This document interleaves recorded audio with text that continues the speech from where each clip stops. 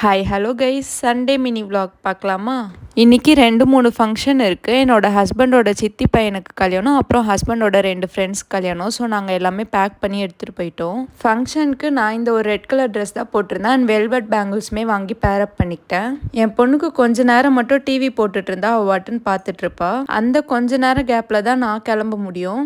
ஃபர்ஸ்ட்லாம் ஃபங்க்ஷன்னா ஒரு sling bag தூக்கிட்டு போன காலம் போயிட்டு பாப்பாவுக்கு எல்லா திங்ஸுமே பேக் பண்ணுறதே ஒரு பெரிய வேலையாக இருக்குது. ஃபைனலி ஒரு வழியாக வீட்டிலேருந்து கிளம்பி ஃபஸ்ட்டு என்னோட ஹஸ்பண்டோட ஃப்ரெண்டு கல்யாணத்துக்கு போயிட்டோம். ஃபங்க்ஷனே ஸ்டார்ட் ஆகல, இருந்தாலும் ஹாய் சொல்லிட்டு கிளம்பிட்டோம். பாப்பா அந்த ஃபங்க்ஷன்லேயே தூங்கிட்டா. நாங்கள் பசிக்குதுன்னு சொல்லிட்டு பேக்கரிக்கு போயிட்டு பன் பட்டர் ஜாம் மட்டும் வாங்கிக்கிட்டோம்.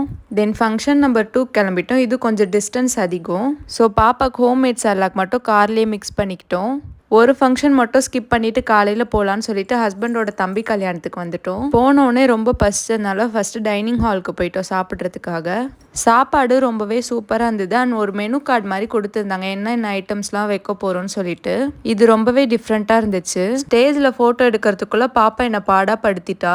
ஃபங்க்ஷன் முடிச்சுட்டு நாங்கள் கிளம்ப 11 o'clock ஆகிடுச்சு. மண்டபத்துக்கு பக்கத்தில் ரூம் புக் பண்ணியிருந்ததுனால அங்கே போய் ஸ்டே பண்ணலான்னு சொல்லிட்டு கிளம்பிட்டோம். ஆல்ரெடி இந்த டே ரொம்பவே எக்ஸாஸ்டடாக இருந்தது. ஃபங்க்ஷன் இருந்த ஏரியா ரொம்பவே நல்லா இருந்ததுனால ஹஸ்பண்ட் வா சுற்றி பார்த்துட்டு வரலான்னு சொல்லி கூப்பிட்டாங்க. ரொம்ப நாள் கழிச்சு நைட்டில் வெளியில் ரோம் பண்ணுற மாதிரி இருந்துச்சு அண்ட் அங்கே மிட் நைட் பிரியாணியுமே இருந்துச்சு. நான் என்னோட லைஃப்பில் first time midnight biryani சாப்பிட்ருந்தேன். ஸோ இந்த சண்டே எனக்கு இப்படி தான் போச்சு. தேங்க்ஸ் ஃபார் வாட்சிங். பாய்.